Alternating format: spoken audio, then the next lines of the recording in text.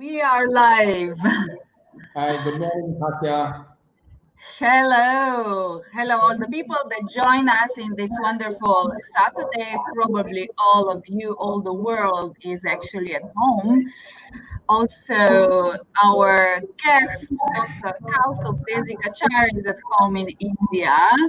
Warmly welcome, Kausthub, to this fantastic interview with you. Namaste. So let's check this technical stuff first. If someone is there, can just say to us that everything is all right, that you can see us, hear us. Michaela is already there. Hello, Michaela. Thank you. Can you just tell us if you can hear? Okay. If you can see? Okay.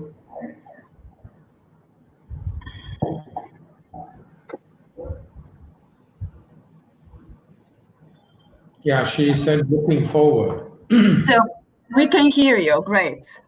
Thank you. So again, warmly welcome to everybody. Now I'm calling to India from Slovenia. My name is Katja Ujcic. I am an art therapist, I am a coach, and also I'm a therapist for gifted people, and I'm also a yoga teacher and yoga therapist. And I decided that for all of you, I will prepare a fantastic international treat for you. An interview with my yoga teacher, my yoga therapist, and my spiritual mentor, Dr. Kausthub Desikachar. Once again, Kausthub, hello, namaste. Hello, How are Katya. you, Kausthub? I'm good. I'm right now in India. My trip to Europe was cut short, and I had to return home because of the coronavirus situation. Safe here in my house, but not so happy to face the world situation. It's a very challenging time for all of us. It's a very challenging time that we will talk a little bit about it and also give you a great gift that Kausthub is prepared for us. But first, for all of you that don't know Kausthub, he is, as I said before, he is a yoga teacher, a yoga therapist, and a spiritual mentor for many students, many people, many followers. He is also a successor and current lineage holder of yoga tradition of Krishnamacharya. So his grandfather, Krishnamacharya, and his father, Desikachar, they both were yoga teachers and yoga therapists. So he has a lot of knowledge, which is actually, and a lot of experience, which is based on genetics, which is great. But as far as I know you, Kausthub, and I know you now for a few years already, what I admire in you is that you can manage to introduce yoga in a more modern way to our modern world. You want to add something regarding this? I think any teaching has to be made relevant to the times, and it's quite important that we make it relevant to the era we are living in, the population that we are working with, the value system that we are working with, the language.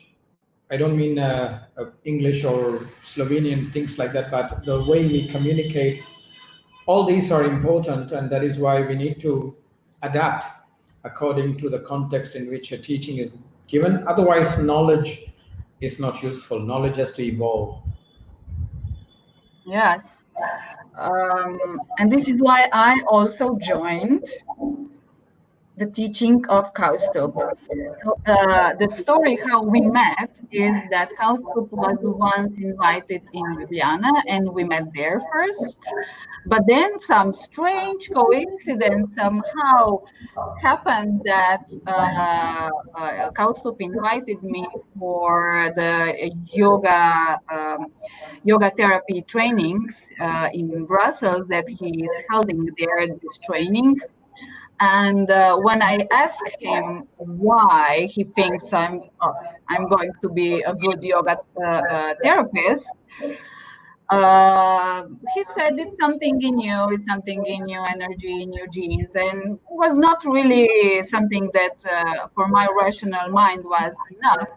But in that second happened something else. I had a major insight about my ancestors or my previous life, let's say. I explain it to myself like this, and in 1 second I decided, yes, I will go, and I am still your student for many years now, and really very grateful for all the support that you're giving me in my intense times, as you know. And I know that a lot of students that you have are also extremely grateful for you. So tell me how you handled all these students, all the people that are around you. How you handle this, all this energy, which can be sometimes neurotic, yeah?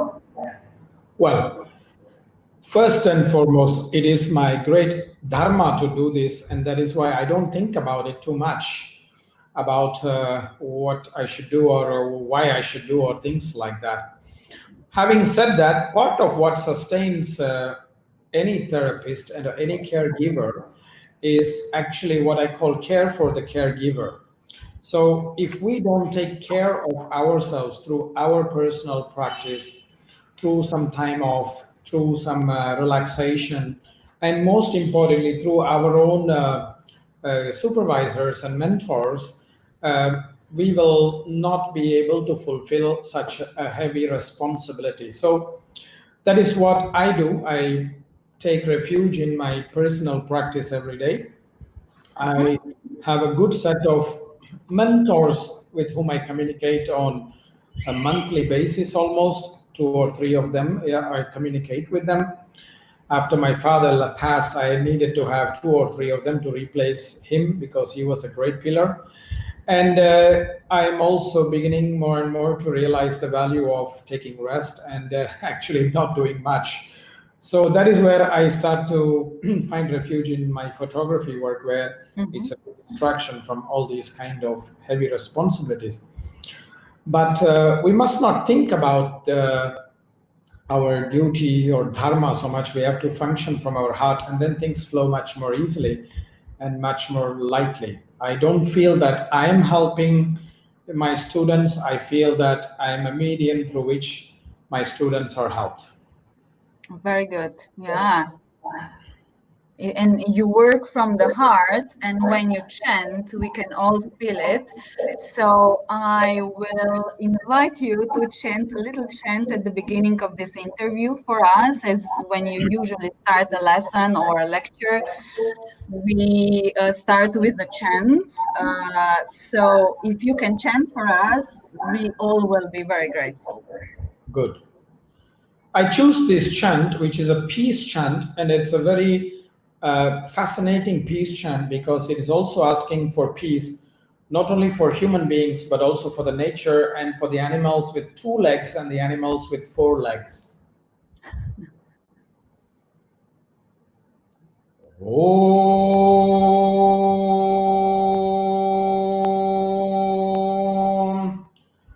Tachayovaravranimahe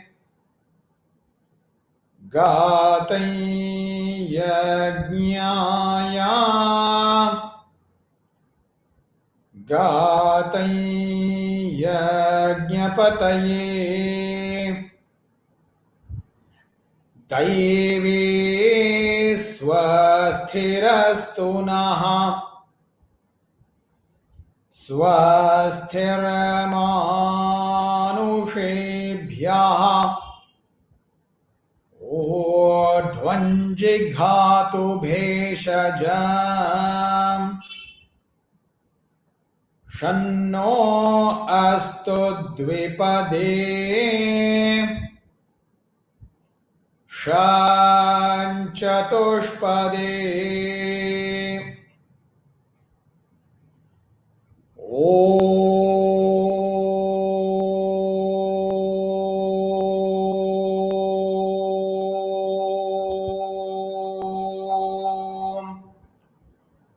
Shanti, Shanti, Shanti.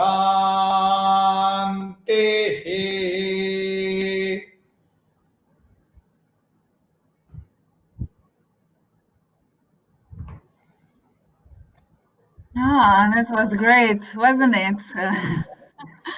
I know that was very soothing to all the people. Kausthub will also chant in the end of this interview, and in the middle, he will give you also a very, very nice gift for these crazy times that we are in. So, yes, we can't go without a question about the current situation. How are you? Are you healthy? How is in India? I am personally very healthy so far, thankfully.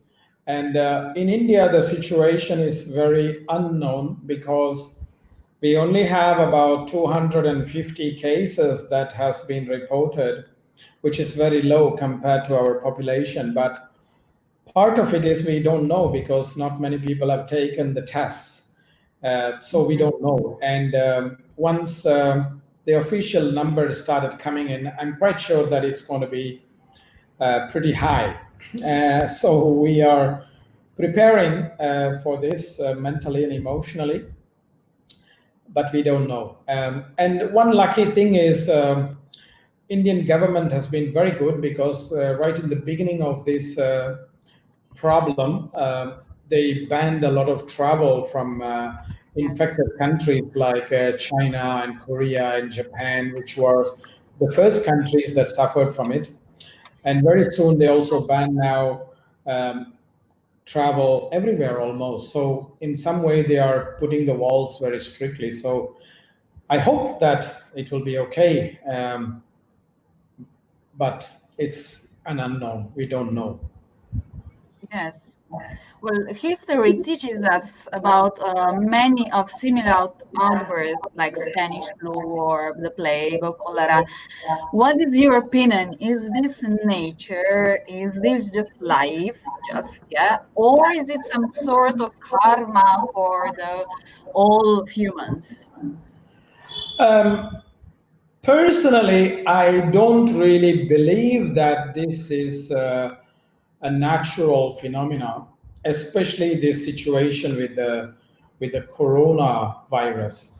More and more articles you can see floating in the internet that this seems to be a man-made situation. But my personal feeling is that the real disease is not the coronavirus nor the Spanish flu or the Ebola or the plague. More seriously, the disease we have is our human values. And I think this is what is creating all of these problems again and again. Earlier today, one of my students from Europe shared with me a poem that was written by a poet in the 1800s that already talked about a kind of a plague and how people suffered and they endured it and then they come out of it and they changed their value systems to live after the pandemic. But the problem with the advantage and the problem of human beings is the advantage is we are very resilient and very flexible species. So we somehow manage to come out of these kind of epidemics. But at the same time, I think that is what gives us the complacency. And within years, we fall back to our same patterns of not being careful, not respecting the earth, not honoring the consumption patterns that we have. And I think that is why we fall again and again in this, because this kind of situation that we have is not the first one, and nor will it be the last one unless we learn and change permanently, which I hope will happen. But somehow, Mhm. human beings are very complacent. We are a species that don't like to change our lifestyle, and that is the problem. The virus is not the problem. The Yeah. plague is not the problem. Those are temporary challenges that we have. The more important thing is our values, especially capitalistic values where profit is the most important thing and not a social concern. I even recently heard today a report that was sent to me from one of my students in America that companies, pharmaceutical companies, are increasing the prices of other medication just to profit from this kind of situation because everybody is rushing to hospitals. That's the real sickness. And consumption, our excessive consumption, that is our real sickness. We consume much more than we should, and we are not giving back to nature. You know, yoga teaches us to both inhale and exhale. And for the last 30, 40 years, we've just been taking from the earth. We are not giving back to the earth. And I think that is why this is kind of like an adjustment that is happening. So we need to learn that we are part of the bigger picture, and we need to learn humility and compassion towards also other four-legged beings, as you said before. Yeah. Correct. It's the biggest problem because human beings, we put ourselves above nature and other plants and animals, thinking that we have the entitlement on this earth. But there's so many species that are living on this earth, whether it's trees or plants or animals, which are all sentient beings like us, and they also have every right to live in this earth. And somehow we have forgotten that. And I think that is why this balance is coming now. And you can see all over the internet how many beautiful pictures are there of the waters becoming clear and the fish are coming back to the canals in Venice. There's dolphins swimming very close to the shores in Italy. Deer are coming into the cities in Japan because not so many people are moving. And there's maps from the satellite showing pollution levels above the countries 2 months ago and now. And especially you can see the big difference in China, where 2 months ago when all the factories were working, the emissions were very high, and you could see a big infrared reading of red and orange color. And now it's nothing, it's just clean. So in some ways, nature is teaching us a lesson saying, hey, let's cooperate. Let's not think that you're above us. Yeah. So nature, Earth is recovering while we are tense. The humans are nervous, tense, under stress. We don't know what's going on. Yeah. Correct. So, as a yoga therapist, which is different than just being a yoga teacher, what do you think that a virus can, besides physical symptoms, do to our body, like energetically? Say that again. Virus can actually give us physically symptoms. We became sick, yes. But what can the virus do on our energy level? And what can yoga therapy help? With what tools? I think with any sickness, whether it's a virus influenced or a non virus influenced sickness, what happens is that there is an energy diversion. So, what happens is we are given energy by the divine to fulfill our life potential, our dharma, as we call it in India. We are all born here for a purpose. So, let's say I'm given some energy to fulfill my dharma, my responsibility, say as a yoga teacher, as an educator, as a healer. But then what the illness is doing is that it is redirecting this energy to survive, to fight the disease, to survive, which means it is moving me away from my responsibility, my dharma. And that is a very big tragedy, and that creates a system where we don't have our energy to fulfill the purpose for which we have actually been born. Wow. That is what is happening at an energetic level.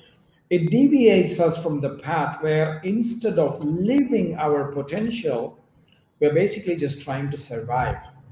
And that is why it affects many of our regions in the heart chakra, because that is connected with not only the immune system but Mm-hmm. also the concept of connection to each other, connection to ourselves, and our connection to our dharma. So that is what gets distracted.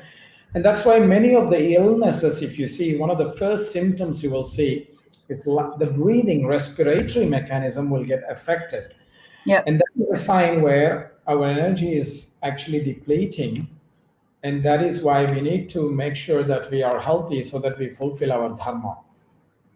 Yes, and because of the connection, we also have this interview to connect at least virtually, like this on live.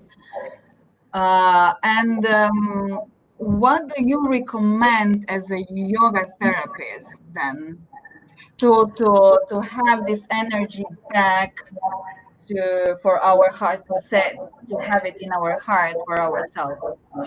Well, as the first thing, and maybe it's enough, the last thing that is actually needed for most of us today to deal with this problem is to not be afraid. Because fear weakens the immune system. Fear makes our heart very contracted. And when the heart is very contracted, we are not going to have the power and the energy that is required for our immune system to function well. And the opposite of fear is not confidence or overconfidence, it's actually connection. So Yeah. if we can connect with each other in a kind way, that is enough to heal everybody. And connection in today's context is a very delicate topic because everybody is recommending what is called social distancing. You don't want to touch anybody. And people ask, how can I connect without touching? Well, there are many ways. You help people even smile at each other. Don't look at another person as an enemy, a carrier of a disease, and you're afraid to even go near them. Rather, look at them as another human being who is going through the same challenges that you are going through, and just give an acknowledgement through the eyes, even that, well, we are in the same boat. Let's help each other out in some ways. Offer some food to some poor people, offer some Yes. masks to some poor people, offer some clothes. Today, I just donated many of my clothes to some young children in an orphanage because they're not going to have access to clothes in the next months if this comes very big, because if people don't change clothes, then they're going to transmit the disease. So I've just given some clothes. So somehow we need to take steps as a society and as an individual to connect with people. The opposite of fear is connection. The opposite of fear is not arrogance. The opposite of fear is connection. And we Connection. have to respect people because we may not think that we can get sick, but we may make others sick by behaving irresponsibly. And that is also a connection, which is a connection to our responsibility, not just to ourselves, but also to other people in society. Like if I go out and I carry the disease and come back, my mother lives with me, who is about 70 years, she's 73 now, and she's in a vulnerable population age group. So we all have to take this connection in not in a literal context of physical connection, but an energetic and an emotional connection, and that will make our immune system quite strong. Great. Yeah. And yoga therapy can really help with this. So this is why I ask Kausthub to prepare, especially for us, yoga therapy practice that you will get then later on after this interview published under this post. It will be a piece of paper with the practices, and you will also get a very, very healing chant in the end of this interview. So stay with us. And I Yep. think here is where the Viniyoga tradition is so useful and Yeah. will be very useful in the future for one reason. Viniyoga requires a person to do what is called an individualized practice. People don't have to go to a group class, they don't have to gather in big numbers to practice asana. There is no need for physical adjustments. People can get their practice that is suitable for them, which they can practice in their house alone. And that is so fantastic Yes. and valuable, especially at this moment in this kind of a situation, in this kind of a pandemic. This is so valuable that people can get a practice that they can do it alone in their house without Yes. contact with too many groups or too many physical contact as well. Yeah, and very simple and very effective practices. I can tell by my own experience. And also, I use yoga therapy also with my clients, my gifted clients. And I see very, very quickly the difference in their energy. So what actually is happening when you are using yoga therapy as a tool in daily life? I think yoga therapy is a very powerful system to influence the energy in our body. Yoga therapy is not about influencing the body or the breath. It's actually the influencing the energy in the body, where it's Mhm. allowing the energy to move freely in the system and direct it to the places where it needs to go, whether we like it or not, whether we are able to realize it or not. Energy can move very smoothly and subtly into places that we don't even know exist. So, what happens in yoga therapy is that we are basically allowing people to use some very simple practices which Mhm. removes blockages for the movement of prana, movement of energy, and the energy will do the magic. If we don't need to do much, Yeah. the prana is like sunlight. All we need to do is allow the sunlight to touch the seeds, and the seeds come to Mhm. life. We don't Yeah. need to do much. The same way, energy will do the job, and that is why this is so important. And I really hope that people will understand yoga therapy in this way. Yes. Many organizations of yoga, both in Europe and in America, who are becoming more and more political organizations of yoga, do not understand this aspect of yoga. They just present yoga as a physical practice, yoga therapy as a physical practice, and they're doing a great disservice not only to yoga, but more importantly, they are abusing the practitioners who come to them by teaching them wrong things and giving them the wrong message about yoga. And that's why I would always like people to engage with yoga that is pure and authentic and traditional, that works with the subtle tools of our system rather than the gross tools, because yoga is about working with subtle energy in the body that is called prana, the life force. Yes. I That can do the magic. That exactly. It's some sort. It looks like, it feels like magic. For me, it was like this because just suddenly, you many times you said on lectures and lessons about the seeds that we are carrying in ourselves, that we are because of these seeds that we are unique and we have our own talent, each one of us. And what happened to me is when I started with yoga therapy, actually, these seeds, when I started to nourish in a way with yoga therapy, these seeds, they just started to grow, grow, grow and bloom, and they just have their own life somehow, and I'm just following, and I just need to go into the flow and relax and let the seeds grow. Yes, and I think that is the thing that maybe I felt when we first met, and I told you that there is a reason why you should do it, but I don't know the reason because we don't Yeah. know what seeds people have. And there is a big misnomer today that people can do everything. Actually, people can only do what their seed potential allows them to do. Hmm. And my sister, for example, is a great musician and she can sing so beautifully, but I'm not a musician. So I can sing, the 7 notes which is required for the music.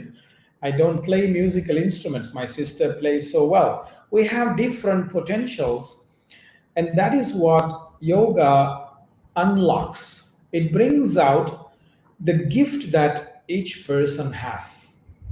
And in that way, yoga is not treating people as homogeneous people, but rather Mhm. as very unique individuals who have a very important place in their life. And that's why Yeah. I think yoga is so fascinating, because it's, even though we do similar things, we get very different results because the seed potential is so different in each person. That's why even the same practice will not give everybody the same benefit. You can't guarantee that. You just Yes. can't guarantee, because each person is so different.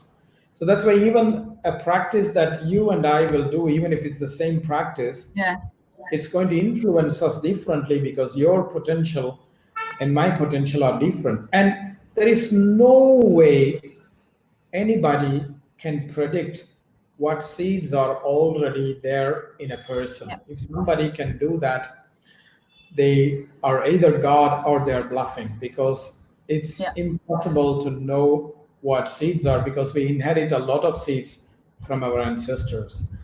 And I think that is exactly the way yoga brings out the gifts in each individual, because it moves the energy into places where these seeds are hidden, and it just wakes them up. Sometimes it can be challenging, but it doesn't necessarily mean that it is bad. Yes, by my feeling, as I can see by myself, for myself and my clients, actually some sort of nourishing internal environment is established. And actually, my feeling about spirituality, but by that I mean self processes that we have, self reflections, self exploring, individualization. It's a vital tool for the future.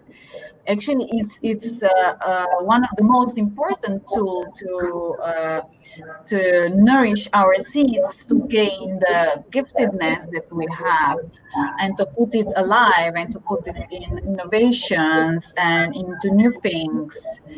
I think it's vital. What are your thoughts about this? Of course, it's very, very fundamental. It's a Yeah. reality that we have to accept. We are not robots, and that we are all the same.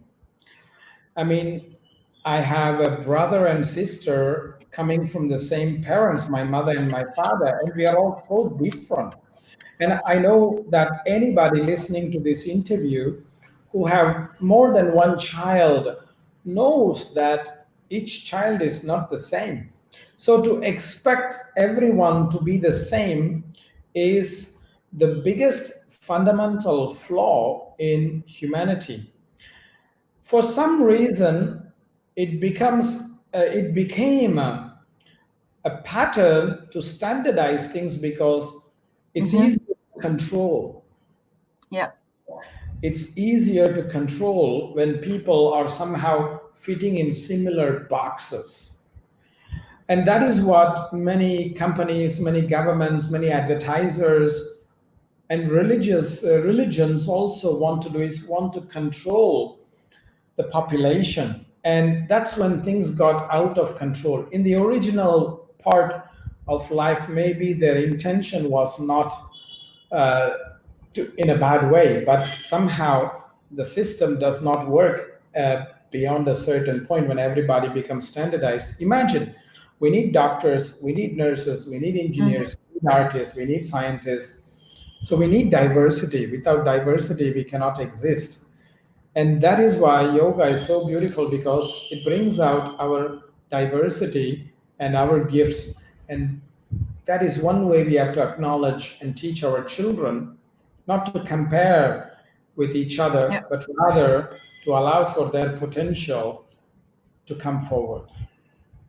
Yes, so diving into our subconscious with the Yes. individual practices, actually, of course, we have to go through certain inner processes that can be also painful sometimes, yes, or we are in panic maybe, or we are fear what's going to happen.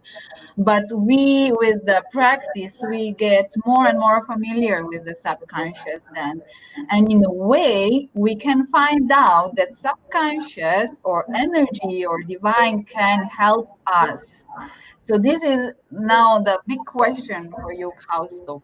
Where is the trick now that we cannot see that with our individual practice and therapy we can change? Why we don't do this? Why is so difficult to change? Why don't we persist? Why don't we start to change? I think it comes basically from the place of fear. Because from a very young age, we are not educated to be ourselves. We are always educated to be somebody different from who we are. So if you are not allowed to be yourself, how can you be yourself and how can you allow your potential to develop?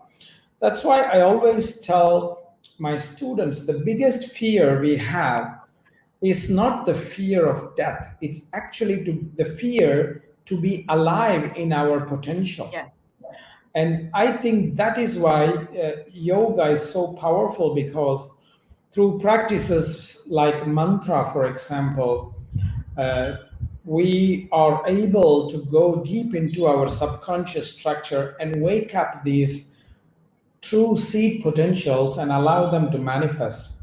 And so, when you allow them to manifest, it's going to be a challenge because it challenges the ego construct that we have had, that we have to be this way, we have to be in this box.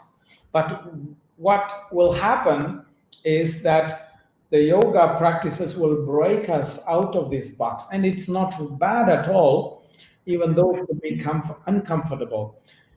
Remember, a seed, before it becomes a plant, has to break its shell. This yeah, shell is our ego. And unless we break that shell, we can't rise to our potential. So, people who are expecting that spiritual path is going to be comfortable are living in an illusion, or they just drank too much Kool-Aid. They are not living in reality. yeah, And that's where also the yoga organizations, the big associations of yoga, whether it's in Europe or in America or Australia, they are abusing and exploiting people because they are not guiding them well. They are keeping people in a comfort zone, uh, and selling them memberships, and selling them payment, selling them whatever subscriptions, so that they become rich, but they keep the people dull. And they are doing a great disservice to two people. One is yoga, and the other is the people who are coming towards them. Spiritual path in any tradition, whether it's yoga, psychotherapy, mhm, spirit, traditional spiritual systems from different countries, or even religious system, is not always a comfortable journey. You have to break yeah, the shell before you can become the plant and before you become the tree. So people can't expect everything to be comfortable. That's not going to work. yes. If you have any question for Kaustub, please, now is the time to put the question for Kaustub. Um, yes, breaking the shell. Do you think, Kaustub, that after this pandemic, the shell of some people will break or will become even more harder? I think both will happen. There will be some group of people who will definitely learn, and I have to tell you, they're already learning. I know many people who have started Yes. to relook at the way they live their lives. Yeah. But there will be some people who are not going to be able to look at it because they're going to have difficulty to confront with the challenge of change.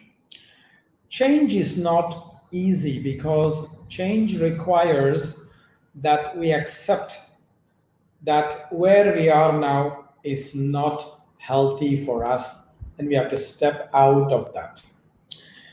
For a lot of people, the biggest obstacle for change is that acceptance that where they are is not healthy.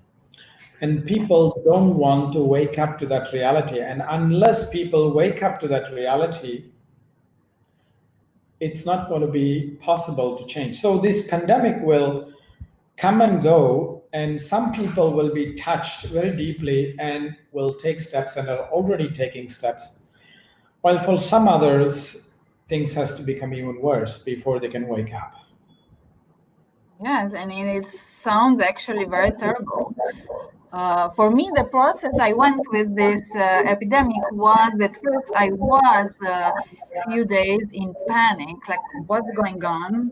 Will I be without food or without shelter, without money, without people around? But then in one way, in one point, something just clicked on some other level, and then I was in peace, and I knew everything will be okay, and things just started to move very very fast with a lot of potential, a lot of energy.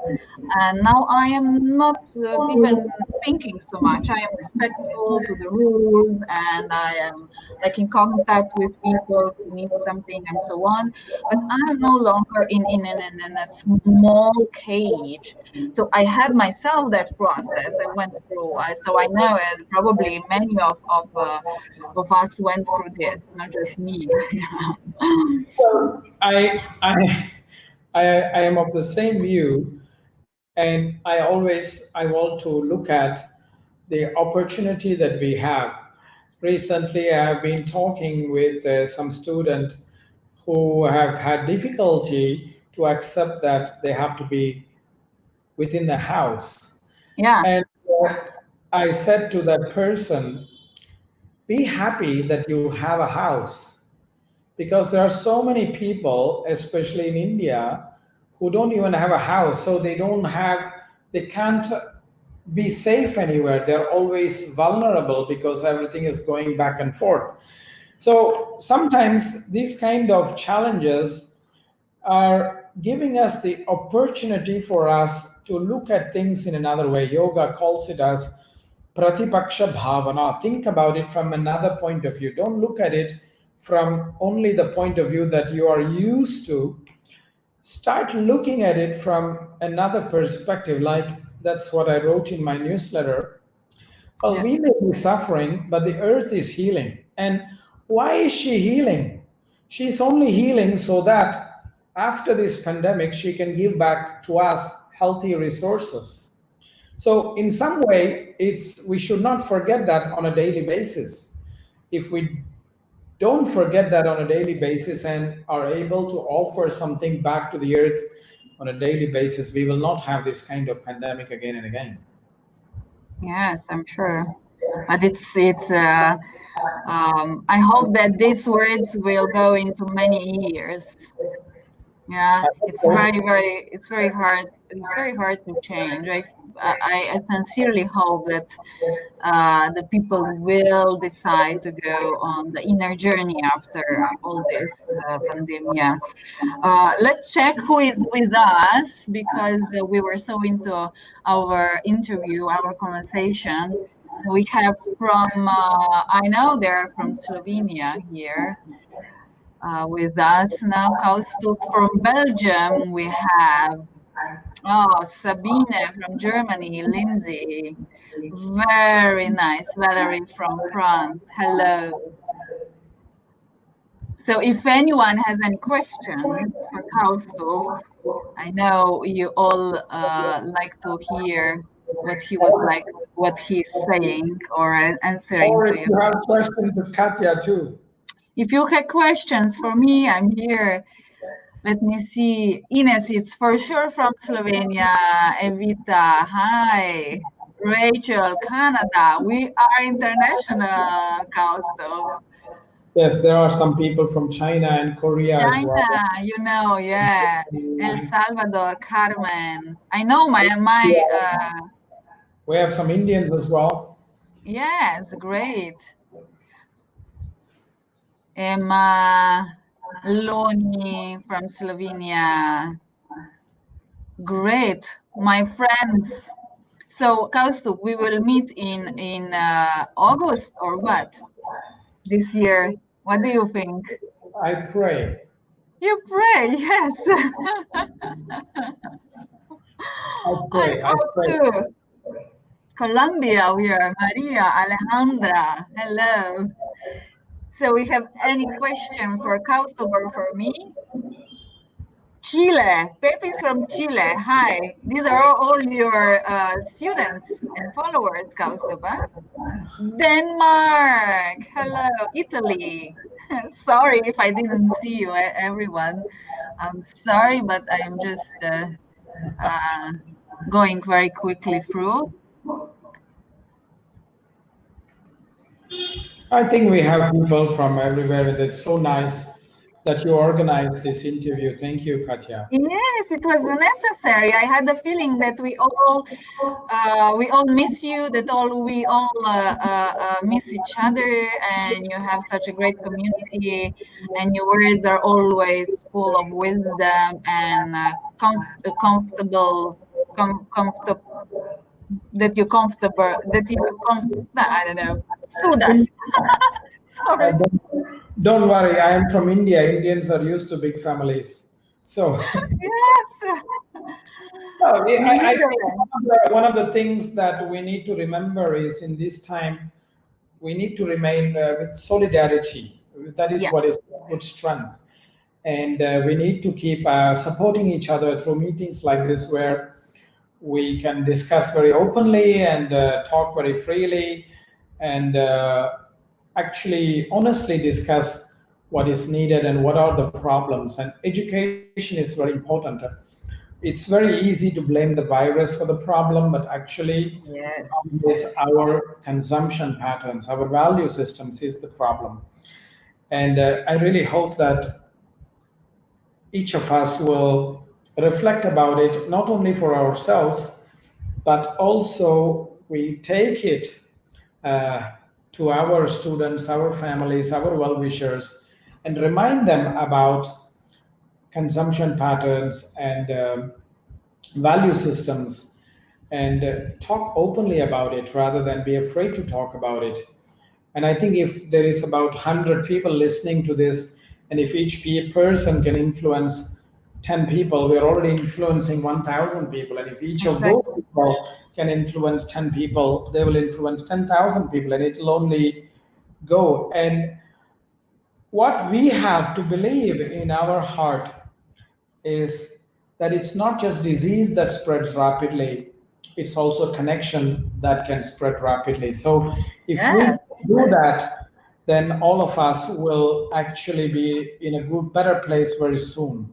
So that's my request to all the people who are listening, that you spread the good value system of love, of connection, of compassion to about 10 people that you are connected to, and ask them to connect, influence 10 other people, and let that chain go on. Start having open conversations about consumption patterns, about the way we treat the earth, about the way we treat the environment, about the way we treat people, the way we treat each other. Uh, I think it's time to have this conversation very openly. Yes. And actually, it brings us to the point that you already said, that we need to see this truth of ourselves and on the world we are in, not to put the blinders on again after the pandemic, but really first work on ourselves. And then it's a great point that you said, to spread a good virus, a shining heart connection virus. Actually, this is I a good think point. you could say that we spread the good vibes, not Vibes, virus. okay, vibes. Yeah. Vibes are faster. Okay, let's. There is no questions yet. I There are don't. no questions. We said everything, Kausthub. Nevertheless, if you have any questions, you can post also later because this interview will be left on my Facebook. At that point, we are closing this interview slowly. I would like to just invite you. I would like to invite you to my Facebook page, to Kausthub Facebook. I also just opened a Facebook page for the gifted or for all over the world, riders of the storm. I will post it down later on. And Kaustubh will also post his links so you can follow us if you like and we can stay connected. The last request, Kaustubh. There's a question. We have a question. Fantastic.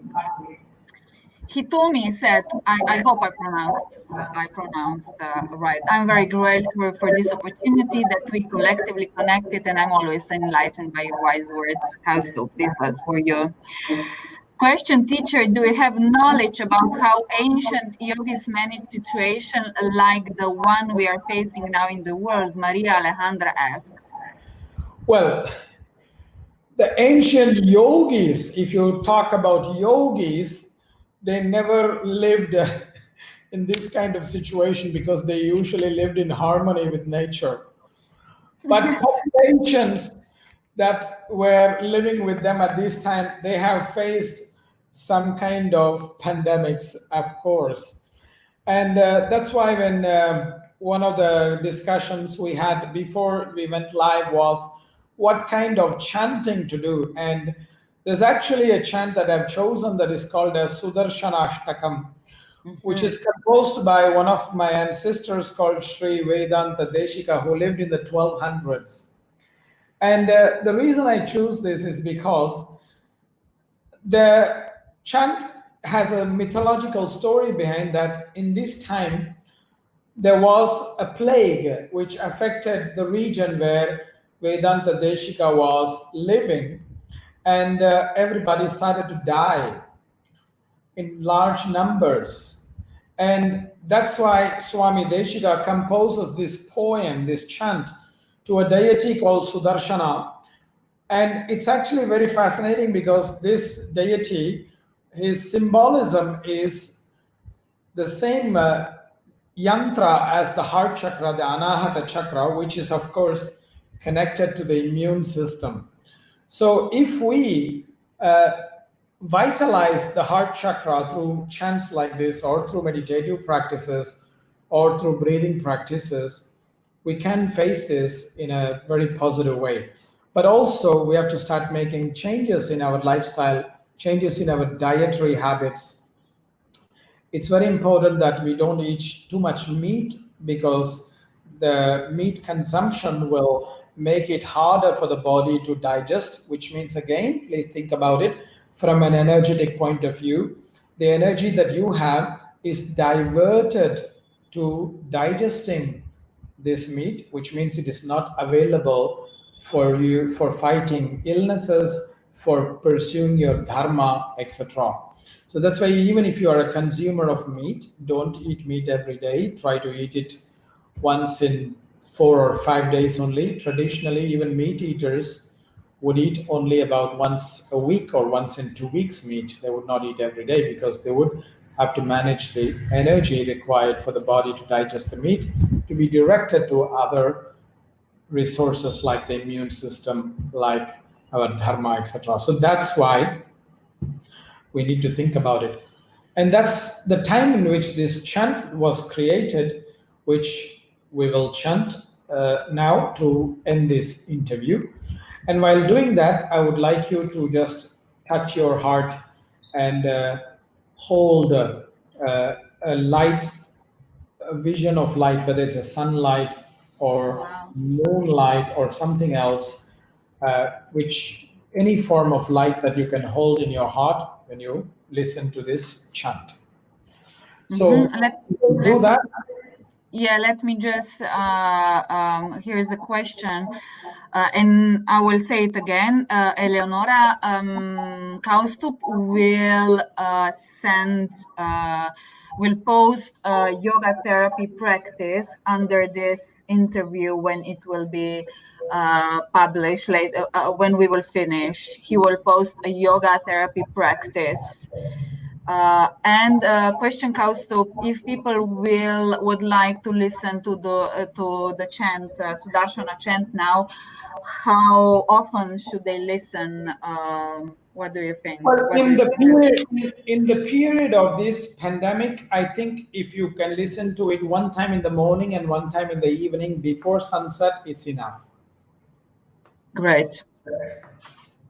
And with this chant, we will end this interview. I would like to thank you all the people that came and listened to this. Was a very nice energy, very nice connection with all of you, and of course, many thanks to our mentor, our teacher, our therapist, Kausthub. We miss you, so sending you energy and healing love to India and all over the world. So Thank you for organizing this in this kind of time, and I'm very grateful to participate. Let us hope that we can come together in these hard times, at least online, to feel supported, because that is a very important thing in the healing process, that we feel support, that we are not alone. So we will start with this chant now. Please take a moment to connect with your heart, a source of light in the form that you are able to visualize.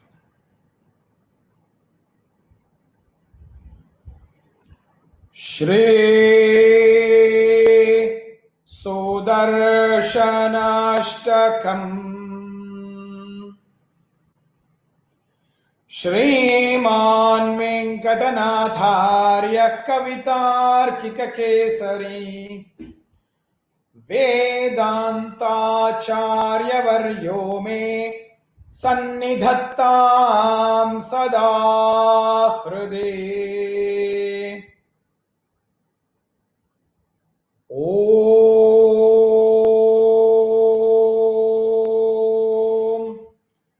Sram Sahasrar Hum Phat Shri Sudarshana.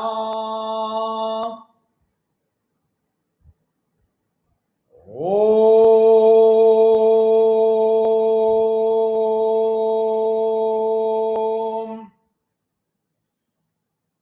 Pratibhata Shreni Bhishana Varagunastoma Bhushana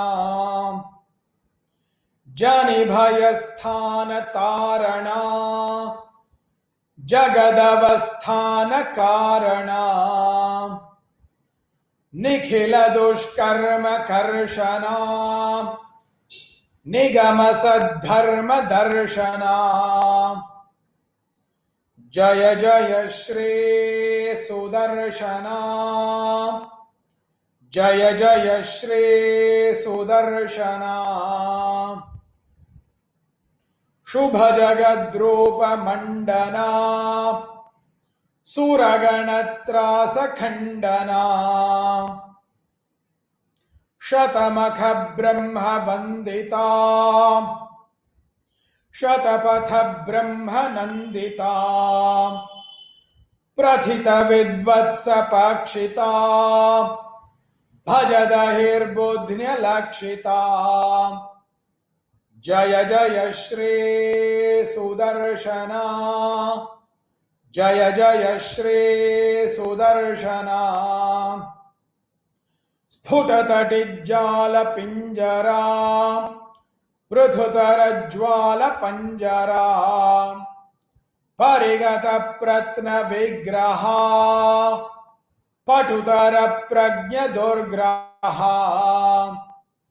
प्रहरणग्राममण्डिता परिजनत्राणपण्डिता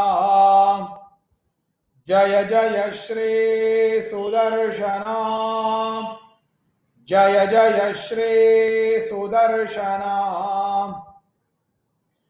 निजपद प्रेत सद्गणा निरुपधिस्फीत षड्गुणा निगम निर्व्यूढ वैभवा निज परव्यूह वैभवा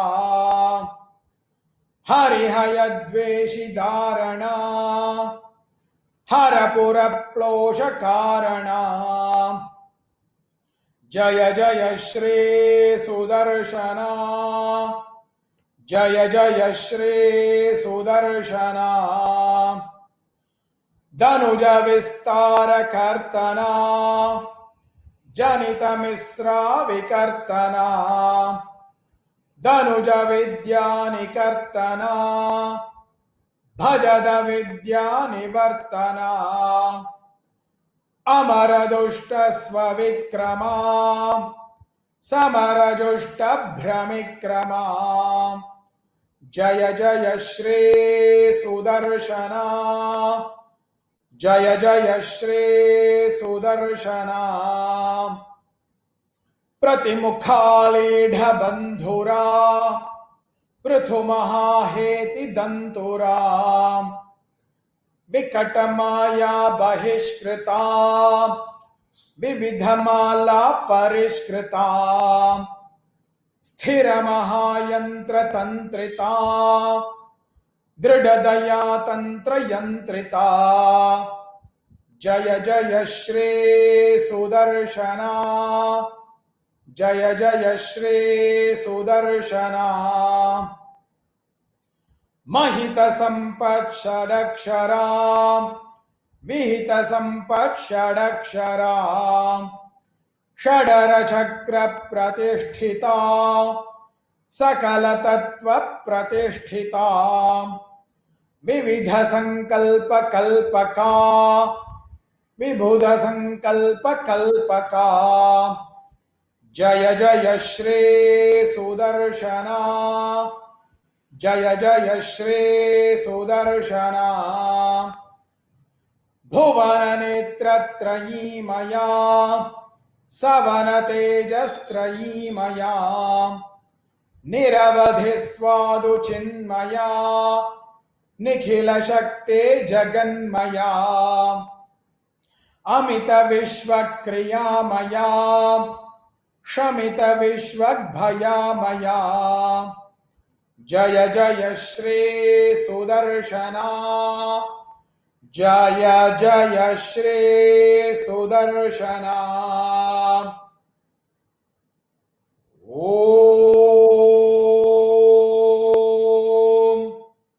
श्राम सहस्रार हुम फट श्री सुदर्शना द्विचतुष्कमिदं प्रभूतसारं पठतां वेङ्कटनायकप्रणीतं विषमेऽपि मनोरथप्रधावन् न विहन्येत रथाङ्गधुर्यगुप्तः एते श्री सुदर्शनाष्टकम् समाप्तम् कवितार्किकसिंहाय कल्याणगुणशालिने श्रीमते वेङ्कटेशाय वेदान्तगुरवे नमः। ओम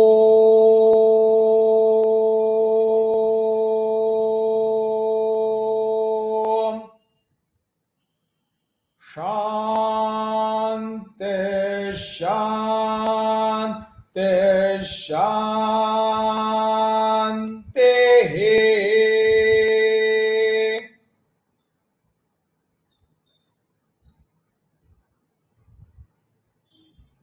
Namaste everybody, blessings to you all. Please be safe. Namaste. Namaste.